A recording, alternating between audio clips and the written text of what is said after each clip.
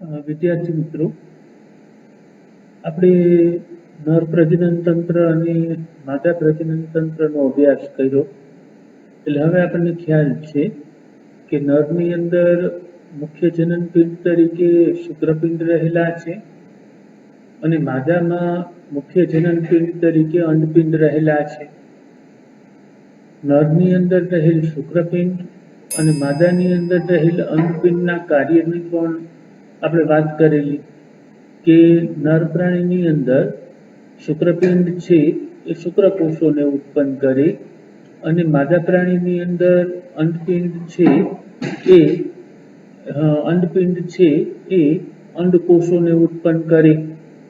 તો નરના શુક્રપિંડમાંથી અને માદાના અંડપિંડમાંથી શુક્રકોષ અને અંડકોષ ઉત્પન્ન થવાની જે ક્રિયા છે એને જન્યુજનન તરીકે ઓળખવામાં આવે કે નરના શુક્રપિંડમાંથી શુક્રકોષો અને માદાના અંડપિંડમાંથી અંડકોષો ઉત્પન્ન થવાની જે ક્રિયા છે એને જન્યુજનન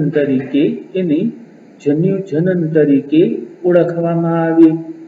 નર પ્રાણીમાં શુક્રકોષ ઉત્પન્ન થવાની જે ક્રિયા છે શુક્રપિંડમાં, નર પ્રાણીની અંદર શુક્રપિંડમાં શુક્રકોષ ઉત્પન્ન થવાની જે ક્રિયા છે એને શુક્રકોષ જનન તરીકે ઓળખવામાં આવે અને માદા પ્રાણીની અંદર અંડપિંડ છે એ અંડપિંડમાંથી અંડકોષો ઉત્પન્ન થવાની જે ક્રિયા છે એને અંડકોષ જનન તરીકે ઓળખવામાં આવે. જ્યારે યુવાવસ્થાની શરૂઆત થાય, ત્યારે યૌવનારંભ થાય, એટલે કે યુવાવસ્થાની શરૂઆત થાય ત્યારે નર પ્રાણીની અંદર આ શુક્રકોષ જનનની ક્રિયા એટલે કે શુક્રકોષ ઉત્પન્ન થવાની ક્રિયા છે એની શરૂઆત થાય. આપણે જોયેલું શુક્રપિંડની રચનામાં કે શુક્રપિંડની જે દિવાલ છે એ શુક્રપિંડની જે આંતરિક રચના છે એ આંતરિક રચનામાં શુક્રોત્પાદક નલિકાઓ રહેલી છે અને આ શુક્રોત્પાદક નલિકાઓની જે દિવાલ છે એ દિવાલની અંદર આદિ શુક્રકોષો રહેલા છે. આ આદિ શુક્રકોષોનું સમવિભાજન થાય, એનું સમસૂત્રી ભાજન થાય અને એ ગુણન પામી અને સંખ્યાની અંદર વધે.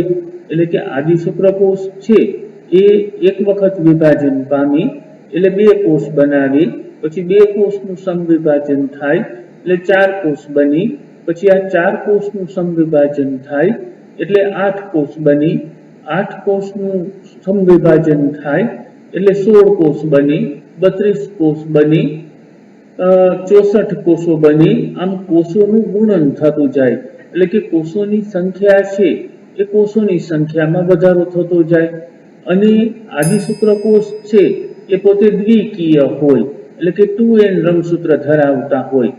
માનવ શરીરની અંદર રંગસૂત્રની સંખ્યા 46 છે. એટલે આદિ શુક્રકોષનું જે કોષ કેન્દ્ર છે એ 46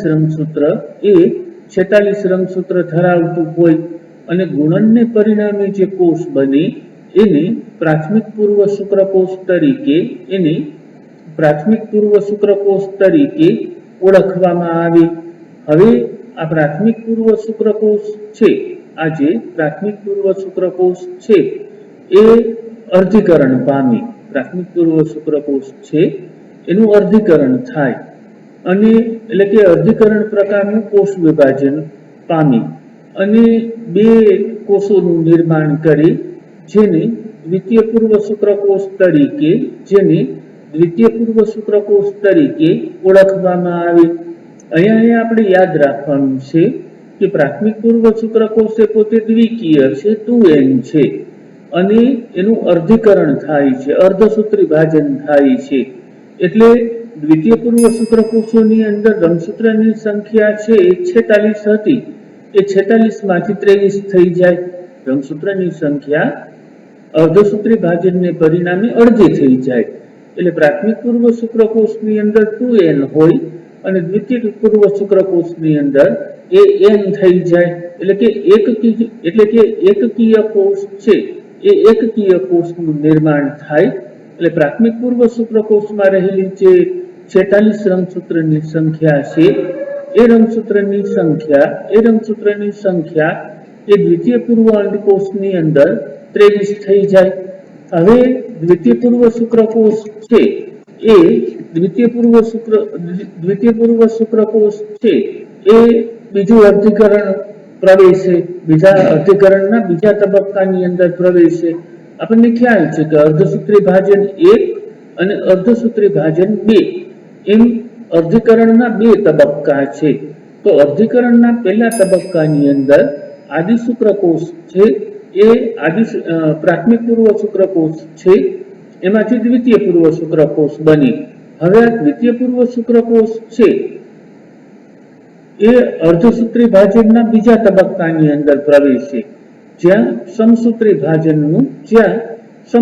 ભાજનનું નિર્માણ થાય, જ્યાં સમસૂત્રી ભાજન પ્રકારનું કોષ વિભાજન થાય અને એને પરિણામે એ પ્રશુક્રકોષની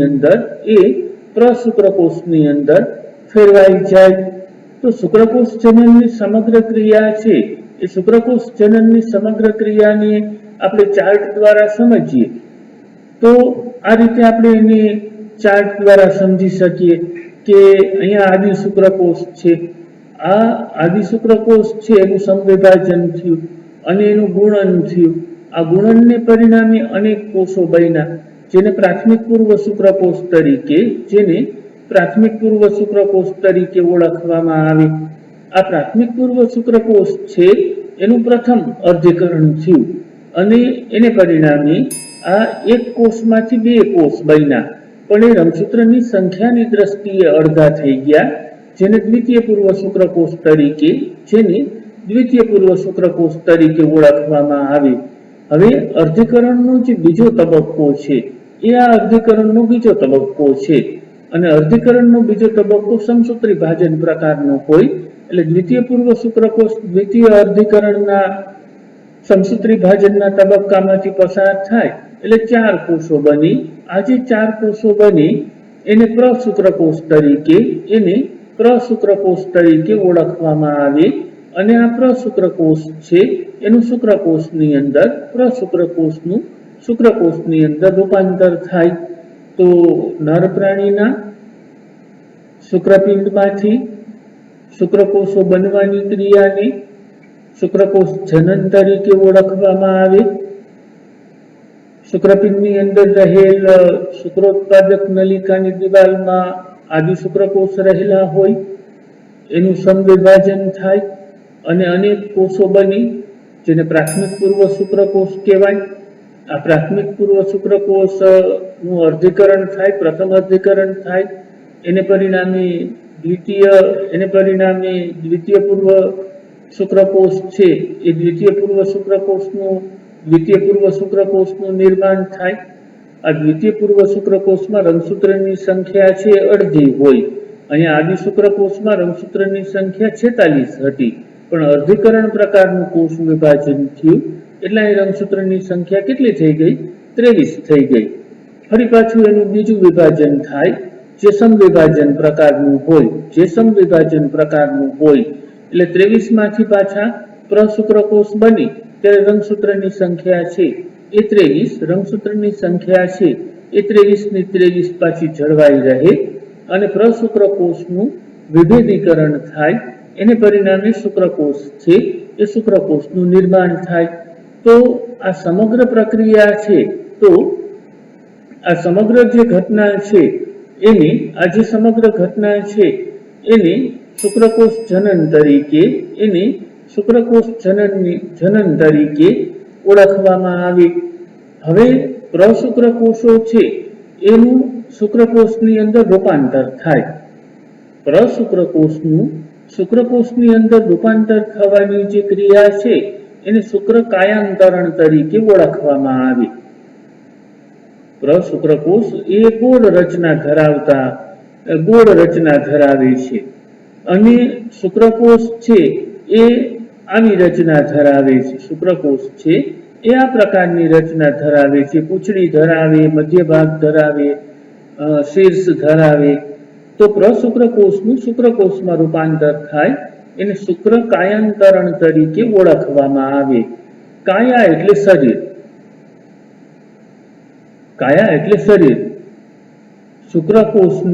શુક્રકોષની કાયાનું રૂપાંતર થવાની જે ઘટના છે, શુક્રકોષની કાયાનું રૂપાંતરણ થવાની જે ઘટના છે એને શુક્ર કાયાંતરણ તરીકે ઓળખવામાં આવે.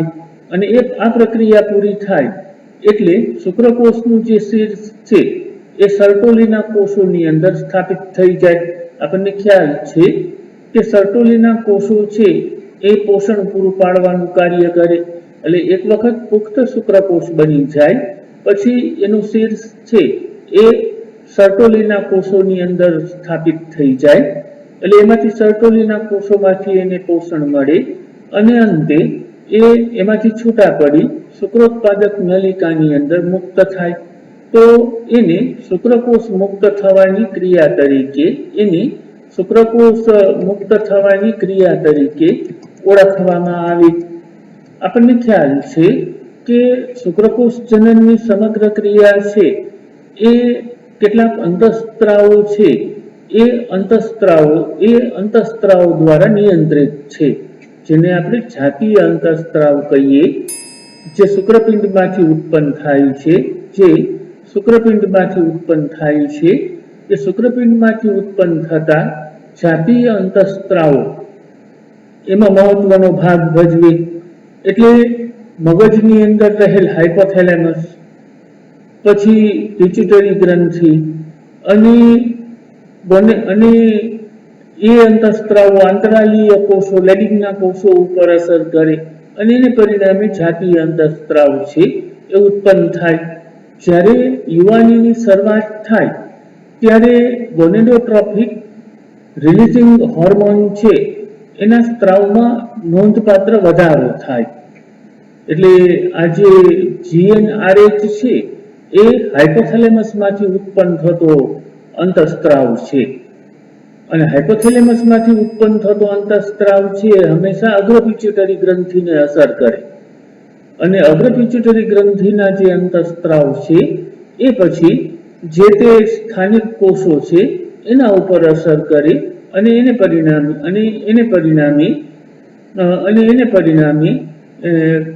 આખી પ્રક્રિયા છે એનું નિયમન થાય. તો શુક્રકોષ જનનની શરૂઆત એ યુવાનીની શરૂઆતની સાથે સાથે થાય. આ અવસ્થાની અંદર ગોનેડોટ્રોપિન રિલીઝિંગ હોર્મોન છે, GnRH છે, એના સ્ત્રાવમાં વધારો થાય.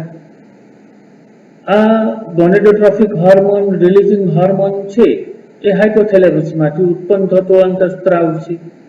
આ ગોનેડોટ્રોફિક હોર્મોન રિલીઝિંગ હોર્મોન છે એ અગ્રપિટ્યુટરી ગ્રંથિ ઉપર અસર કરે. એટલે અગ્રપિટ્યુટરી ગ્રંથિમાંથી બે અંતઃસ્ત્રાવો ઉત્પન્ન થાય. એક લ્યુટિનાઇઝિંગ હોર્મોન ઉત્પન્ન થાય, LH ઉત્પન્ન થાય, અને એક FSH ઉત્પન્ન થાય. ફોલિકલ સ્ટિમ્યુલેટિંગ હોર્મોન છે એ ફોલિકલ સ્ટિમ્યુલેટિંગ હોર્મોન ઉત્પન્ન થાય.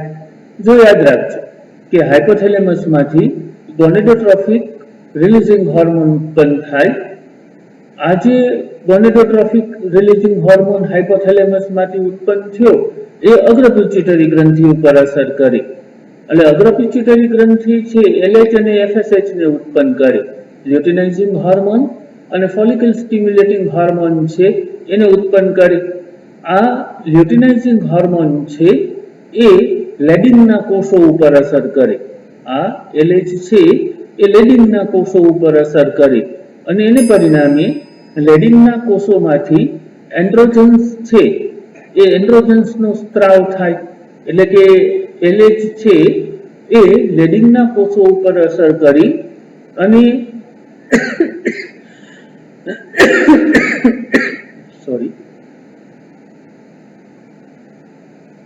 LH છે લ્યુટિનાઇઝિંગ હોર્મોન એ લેડિંગના કોષો ઉપર અસર કરી અને એન્ડ્રોજન્સના સ્ત્રાવને ઉત્તેજે. અને આ એન્ડ્રોજન્સ છે એ શુક્રકોષ જનનની પ્રક્રિયાને ઉત્તેજે. જ્યારે એફએસએચ છે, ફોલિકલ સ્ટિમ્યુલેટિંગ હોર્મોન છે, એ સર્ટોલીના કોષો ઉપર કાર્ય કરે અને જે શુક્રકાયાંતરણની પ્રક્રિયા છે, પ્રશુક્રકોષમાંથી શુક્રકોષ બનવાની, પ્રશુક્રકોષનું શુક્રકોષમાં રૂપાંતર થવાની જે ક્રિયા છે એની અંદર મદદ કરતા કેટલાક કારકો છે જેને ફેક્ટર તરીકે ઓળખવામાં આવે, એ ફેક્ટર્સના કારકોના સ્ત્રાવને એ ઉત્તેજે. તો હાઇપોથેલેમસમાંથી કોનિડોટ્રોપિન રિલીઝિંગ હોર્મોન ઉત્પન્ન થાય, એ અગ્રપિચ્યુટરી ગ્રંથિ ઉપર અસર કરે, એટલે અગ્રપિચ્યુટરી ગ્રંથિમાંથી લ્યુટિનાઇઝિંગ હોર્મોન LH અને ફોલિકલ સ્ટિમ્યુલેટિંગ હોર્મોન FSH ઉત્પન્ન થાય. LH છે એ લેડિંગના કોષો ઉપર કામ કરે, એટલે લેડિંગના કોષો એમાંથી એન્ડ્રોજન્સનો સ્ત્રાવ થાય અને આ એન્ડ્રોજન્સ છે એ શુક્રકોષ જનનની પ્રક્રિયાને ઉત્તેજે. જ્યારે FSH છે, ફોલિકલ સ્ટિમ્યુલેટિંગ હોર્મોન છે, એ સર્ટોલીના કોષો ઉપર કાર્ય કરે અને એને પરિણામે સર્ટોલીના કોષો છે એ શુક્રકાયાંતરણની પ્રક્રિયામાં મદદ કરતા કેટલાક કારકોના સ્ત્રાવને એ ઉત્તેજે છે. એટલે હવે પરિપક્વ શુક્રકોષ છે એ પરિપક્વ શુક્રકોષનું નિર્માણ થયું, શુક્રકોષ જનનની ક્રિયા પૂરી થઈ અને આ બધા અંતઃસ્ત્રાવોએ અસર કરી એટલે પરિપક્વ શુક્રકોષ ફલન કરવા માટે સક્ષમ એવો શુક્રકોષ છે એ બની ગયો. આપણે શુક્રકોષની રચનાને તપાસીએ તો શુક્રકોષની રચનામાં એક શીર્ષ પ્રદેશ જોવા મળે, એક ગ્રીવા પ્રદેશ જોવા મળે, મધ્ય ભાગ જોવા મળે અને પૂંછડી છે એ પૂંછડી જોવા મળે. શુક્રકોષની રચનામાં શીર્ષ, ગ્રીવા, મધ્ય ભાગ અને પૂંછડી છે એ જોવા મળે.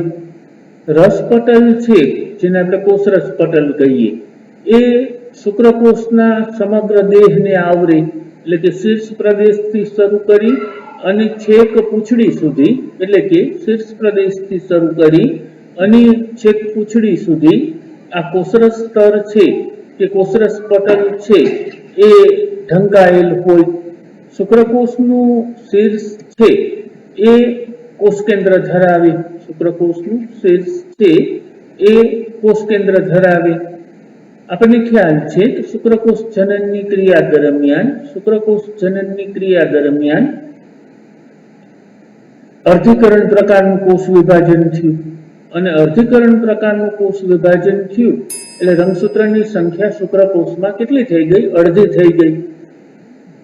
માતૃકોષની અંદર કે મૂળ કોષની અંદર જે 46 રંગસૂત્રની સંખ્યા હતી એ શુક્રકોષ જનન દરમિયાન અર્ધીકરણ થવાથી 23ની થઈ ગઈ, એટલે કે અડધી થઈ ગઈ. તો શુક્રકોષનું શીર્ષ એ એકકીય કોષ કેન્દ્ર ધરાવે. આ મહત્વનો મુદ્દો છે કે એનું શીર્ષ છે એ મોટું કોષ કેન્દ્ર ધરાવે, વિસ્તૃત એટલે મોટું કોષ કેન્દ્ર ધરાવે, પણ એ રંગસૂત્રની સંખ્યાની દ્રષ્ટિએ એકકીય હોય, એટલે કે એકકીય કોષ કેન્દ્ર ધરાવે.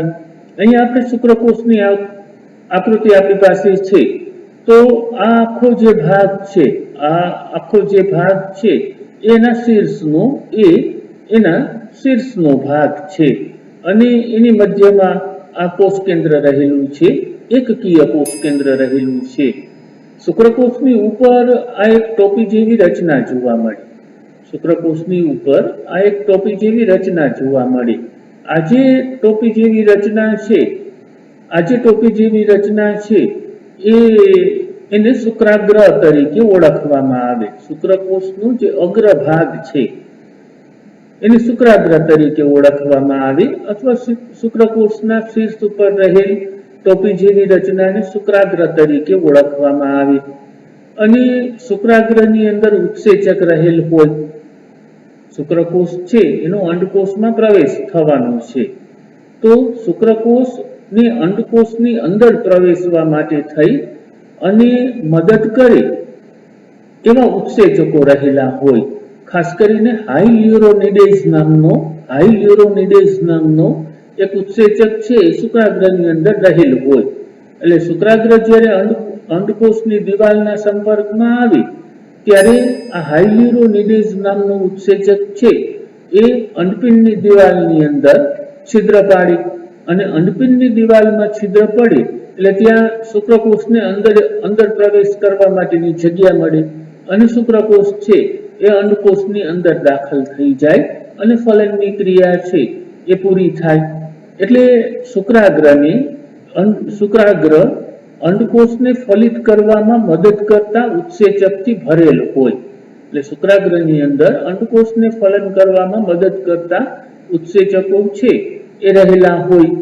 આજે જેમ આ એનો મધ્ય ભાગ છે અને આ શીર્ષ ભાગ છે. તો જ્યાં મધ્ય ભાગ અને શીર્ષ ભાગ જોડાય એને ગ્રીવા તરીકે ઓળખવામાં આવી.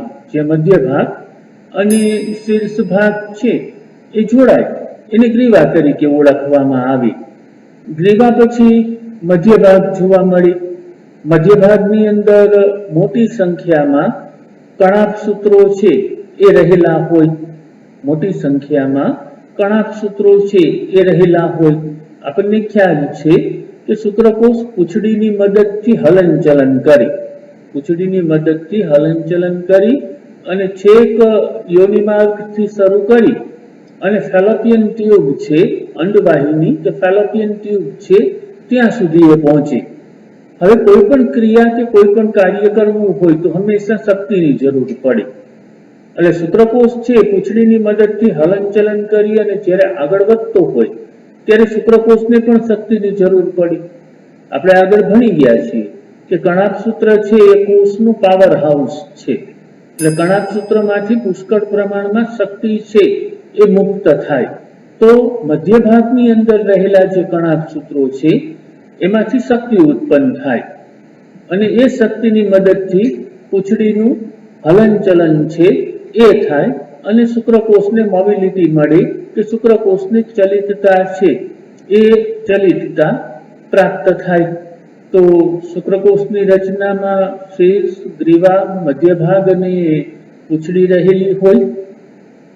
એના શીર્ષમાં એકકીય કોષ કેન્દ્ર રહેલું હોય.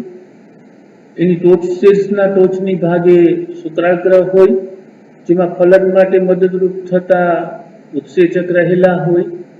શીર્ષ અને મધ્ય ભાગને જોડતી ગ્રીવા જોવા મળે. મધ્ય ભાગમાં મોટા પ્રમાણની અંદર કણાભસૂત્રો રહેલા હોય. આ કણાભસૂત્રોમાંથી મુક્ત થતી શક્તિની મદદથી પૂંછડીનું હલનચલન થઈ શકે અને શુક્રકોષ છે એ ચલિતતા પ્રાપ્ત કરે, હલનચલન કરવાની ક્ષમતા પ્રાપ્ત કરે અને અંડકોષ સુધી પહોંચે. જ્યારે મૈથુન દરમિયાન વીર્યસ્ત્રાવ થાય, સ્ખલન થાય ત્યારે લગભગ જે વીર્ય મુક્ત થાય ત્યારે લગભગ 200 થી 300 મિલિયન જેટલા શુક્રકોષો છે એ મુક્ત થાય. મૈથુન ક્રિયા દરમિયાન પુરુષના શિશ્નમાંથી સ્ત્રીના યોનિમાર્ગની અંદર વીર્યસ્ત્રાવ થાય. એ વખતે એક વખત વીર્યસ્ત્રાવ થાય તો 200 મિલિયન થી 300 મિલિયન જેટલા શુક્રકોષો છે એ મુક્ત થાય. પ્રજનનની ક્ષમતા માટે જેને આપણે ફર્ટિલિટી કહીએ, ફળદ્રુપતા કહીએ, આપણે લેસન નંબર 4 જેનો અભ્યાસ કર્યો, એ પ્રજનનની ક્ષમતા માટે એટલે કે ફર્ટિલિટી માટે, ફળદ્રુપતા માટે ઓછામાં ઓછા 60% શુક્રકોષો છે આ મુક્ત થયેલા શુક્રકોષમાંથી 200 થી 300 મિલિયન શુક્રકોષમાંથી 60% શુક્રકોષો છે એ સામાન્ય આકાર અને સામાન્ય કદના હોવા જોઈએ. અને મુક્ત થયેલા જે 200 થી 300 મિલિયન જેટલા શુક્રકોષમાંથી 40% શુક્રકોષો છે એ શક્તિશાળી હલનચલન દર્શાવતા હોવા જોઈએ. એટલે કે યોનિમાર્ગથી ફેલોપિયન ટ્યુબ સુધીનું જે અંતર છે, જે જગ્યા છે એને પસાર કરી શકે, ત્યાં સુધી પહોંચી શકે એટલા શક્તિશાળી શુક્રકોષ છે એ હોવા જોઈએ. તો ફલનની ક્રિયા છે એ ફલનની ક્રિયા છે એ થઈ શકે. શુક્રોત્પાદક નલિકામાંથી મુક્ત થતા શુક્રકોષો છે એ સહાયક નલિકાઓ દ્વારા વહન પામે. શુક્રોત્પાદક નલિકામાંથી મુક્ત થતા શુક્રકોષો છે એ પેલા વૃષણ જાળીમાં આવે. નર પ્રજનન શુક્રપિંડ ની આપણે વાત કરતા હતા ત્યારે વૃષણ જાળીનો આપણે ઉલ્લેખ કર્યો હતો. પછી અધિવૃષણ નલિકા છે એ અધિવૃષણ નલિકાનો આપણે અભ્યાસ કર્યો હતો. અને શુક્રપિંડ નલિકા છે, શુક્રવાહિની છે એ શુક્રવાહિનીનો અભ્યાસ કર્યો હતો. તો શુક્રોત્પાદક નલિકામાંથી મુક્ત થતા શુક્રકોષો સહાયક નલિકાઓ દ્વારા વહન પામી. એટલે કે વૃષણ ઝાડની નલિકા, અધિવૃષણ નલિકા અને શુક્રવાહિની દ્વારા વહન પામી. શુક્રકોષોની પરિપક્વતા અને ગતિશીલતા માટે આ અધિવૃષણ નલિકા, શુક્રવાહિનીઓ, શુક્રાશય અને પ્રોસ્ટેટ ગ્રંથિનો સ્ત્રાવ છે એ અનિવાર્ય છે. આપણે જોયેલું કે શુક્રવાહિની છે એ મૂત્રાશયની ઉપર એક લૂપ બનાવે અને ત્યાં શુક્રાશયમાંથી આવતી નલિકા છે એ આની સાથે ત્યાં શુક્રકોષમાંથી આવતી નલિકા છે એ શુક્રવાહિની સાથે જોડાય. ત્યારે શુક્રાશય અને પ્રોસ્ટેટ ગ્રંથિનો સ્ત્રાવ છે એટલે કે જેને શુક્રાશય રસ આપણે કહેતા હતા એ શુક્રાશય રસ સાથે શુક્રકોષો છે એ ભળી જાય. જ્યારે શુક્રાશય રસ અને શુક્રકોષો સાથે મળે, જ્યારે શુક્રાશય રસ અને શુક્રકોષોનું મિશ્રણ થાય ત્યારે જે પ્રવાહી બને એ પ્રવાહીને વીર્ય તરીકે ઓળખવામાં આવે. એટલે વીર્યની અંદર બે ઘટક રહેલા હોય. એક શુક્રાશય રસ હોય જે ગ્રંથિઓ દ્વારા ઉત્પન્ન થયેલ હોય, જેની અંદર ફ્રુક્ટોઝ, કેલ્શિયમ વગેરે રહેલ હોય, અને બીજા ઘટક તરીકે શુક્રકોષ છે એ રહેલું હોય. તો શુક્રાશય રસ અને શુક્રકોષો સાથે મળી અને વીર્ય છે એની રચના કરે. નર સહાયક પ્રજનન નળીઓ છે અને નર સહાયક પ્રજનન ગ્રંથિઓ છે એના કાર્યોનું નિયમન છે એ શુક્રપિંડમાંથી ઉત્પન્ન થતા જે અંતઃસ્ત્રાવો છે, શુક્રપિંડમાંથી ઉત્પન્ન થતા જે અંતઃસ્ત્રાવો છે જેને એન્ડ્રોજન્સ તરીકે ઓળખવામાં આવે